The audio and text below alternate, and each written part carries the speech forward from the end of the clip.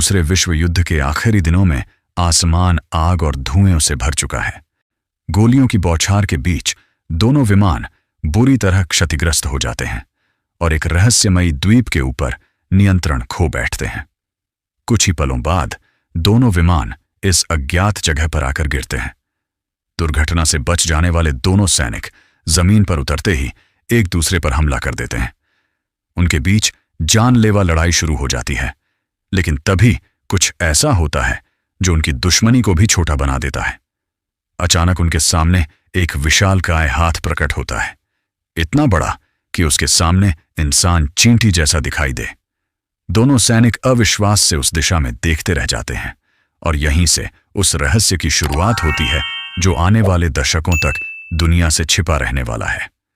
कई साल बाद दुनिया बदल चुकी है, युद्ध खत्म होने वाला है और अमेरिका वियतनाम से अपनी सेना वापस बुलाने की तैयारी कर रहा है। इसी दौरान हम बिल रैंडा नाम के एक व्यक्ति से मिलते हैं जो एक सरकारी संगठन मोनार्क के लिए काम करता है। ज्यादातर लोग उसे एक सन की वैज्ञानिक मानते हैं, लेकिन रैंडा के दिमाग में एक ऐसा राज छिपा है जिसे वह किसी भी कीमत पर साबित करना चाहता है।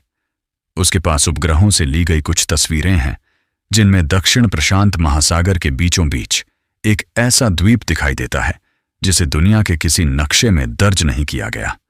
यह जगह हमेशा से घने तूफानों और रहस्यमयी बादलों से घिरी रही है, इसलिए कोई भी वहां तक पहुंच नहीं पाया।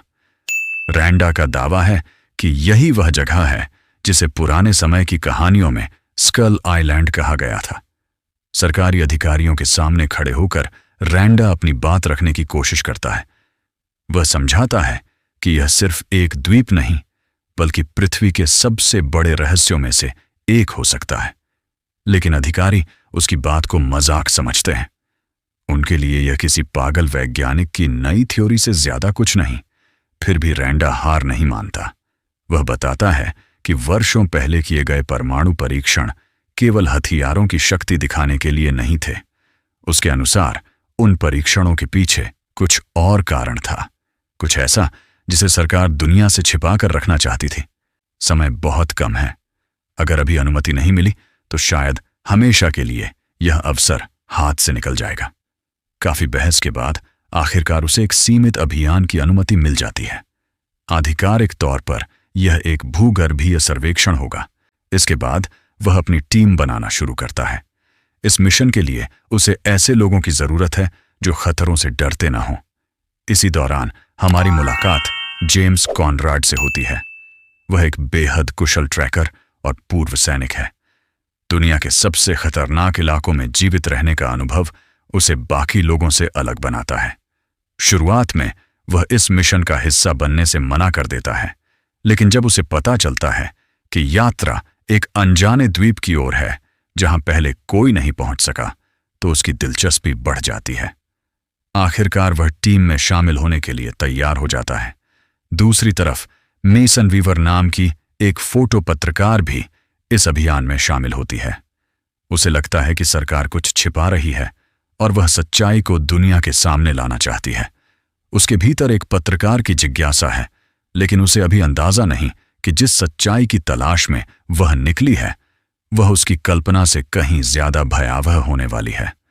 मिशन को सुरक्षा देने की जिम्मेदारी कर्नल पैकार्ड और उसकी सेना को सौंपी जाती है। पैकार्ड खास तौर पर इस बात से परेशान है। वह ऐसा व्यक्ति है जो हार स्वीकार करना नहीं जानता।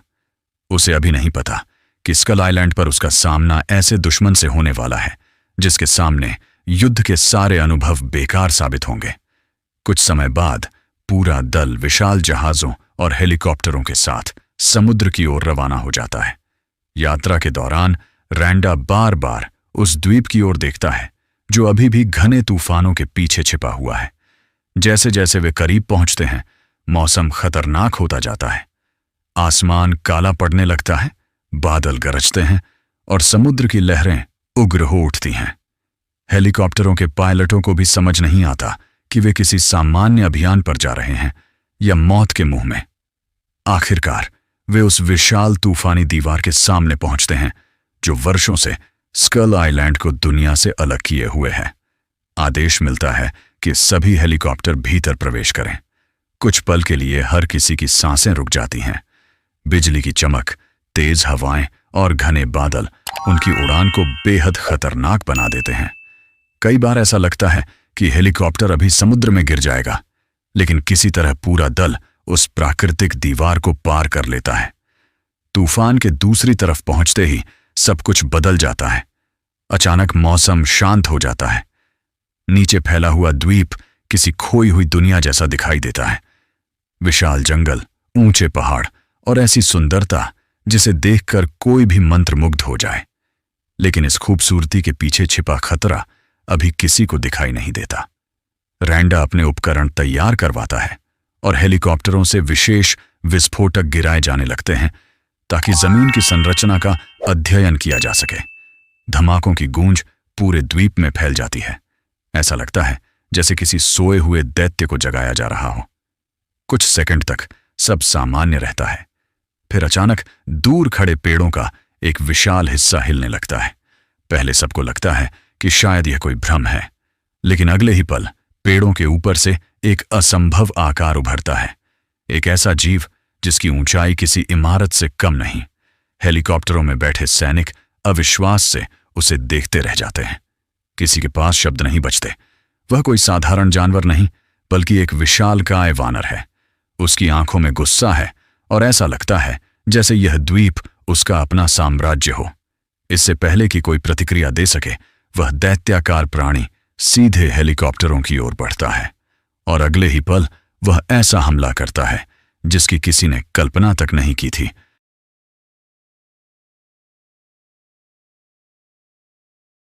उसी पल पूरी टीम को एहसास हो गया कि वे किसी सामान्य द्वीप पर नहीं आए हैं। अगले ही सेकंड वह दैत्य अपनी पूरी ताकत के साथ एक हेलीकॉप्टर को हवा में ही पकड़ लेता है और उसे ऐसे चकनाचूर कर देता है जैसे वह कोई खिलौना हो। विस्फोट की भयानक आवाज पूरे आसमान में गूंज उठती है। सैनिक कुछ समझ पाते उससे पहले दूसरा हेलीकॉप्टर भी उसकी पकड़ में आ जाता है। चारों तरफ अफरा तफरी मच जाती है। पायलट अपने हेलीकॉप्टरों को बचाने की कोशिश करते हैं, लेकिन उस विशाल जीव की गति और ताकत दोनों उनकी कल्पना से कहीं ज्यादा खतरनाक है। कर्नल पैककार्ड यह सब देखकर स्तब्ध रह जाता है। उसने अपने जीवन में कई युद्ध देखे हैं, लेकिन ऐसा दुश्मन कभी नहीं देखा। उसके सामने उसके सैनिक एक एक करके मारे जा रहे हैं और वह कुछ नहीं कर पा रहा। तभी कोंग एक विशाल पेड़ उखाड़कर सीधे उड़ते हुए हेलीकॉप्टरों की तरफ फेंक देता है। कुछ ही पलों में कई हेलीकॉप्टर आग के गोले में बदल जाते हैं। आसमान से मलबा और इंसानी शरीर नीचे जंगल में गिरने लगते हैं। जो अभियान कुछ मिनट पहले पूरी ताकत के साथ द्वीप में दाखिल हुआ था, अब पूरी तरह बिखर चुका था। कॉनराड, वीवर और कुछ अन्य लोग किसी तरह हेलीकॉप्टर दुर्घटना से बच जाते हैं। वे जंगल के अलग अलग हिस्सों में गिरते हैं। हर तरफ धुआं फैला हुआ है और किसी को नहीं पता कि बाकी लोग जीवित हैं या नहीं। रेडियो संपर्क लगभग खत्म हो चुका है। अब उनका सबसे बड़ा लक्ष्य जीवित रहना है। दूसरी ओर पैकार्ड भी अपने कुछ सैनिकों के साथ बच जाता है। उसके चेहरे पर सदमे से ज्यादा गुस्सा दिखाई देता है। उसके लिए यह सिर्फ एक हमला नहीं था। उसके सामने उसके आदमी मारे गए थे और अब उसके भीतर बदले की आग जलने लगी थी। उधर कोंग धीरे धीरे जंगल की ओर वापस लौट जाता है। ऐसा लगता है जैसे उसने केवल अपने क्षेत्र की रक्षा की हो। रात होने से पहले कॉनराड, वीवर और उनके साथ बचे कुछ लोग एक दूसरे को ढूंढने की कोशिश करते हैं, लेकिन अगले ही पल जमीन के नीचे से एक विशाल मकड़ीनुमा जीव निकलता है। उसके लंबे और नुकीले पैर सीधे इंसान के शरीर को भेद सकते हैं। हमला इतना अचानक होता है कि किसी को प्रतिक्रिया देने का मौका तक नहीं मिलता। बाकी लोग किसी तरह अपनी जान बचाकर वहां से भागते हैं। अब उन्हें समझ आने लगता है कि यह पूरा द्वीप ऐसे जीवों से भरा हुआ है जो आधुनिक दुनिया में होने ही नहीं चाहिए।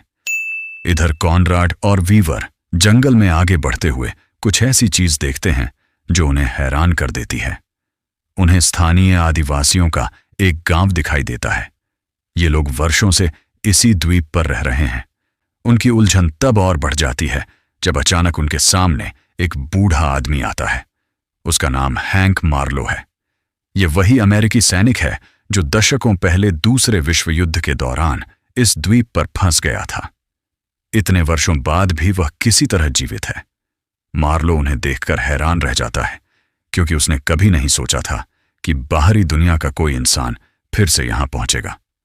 मार्लो उन्हें अपने साथ ले जाता है और फिर वह एक ऐसा सच बताता है जो सब कुछ बदल देता है।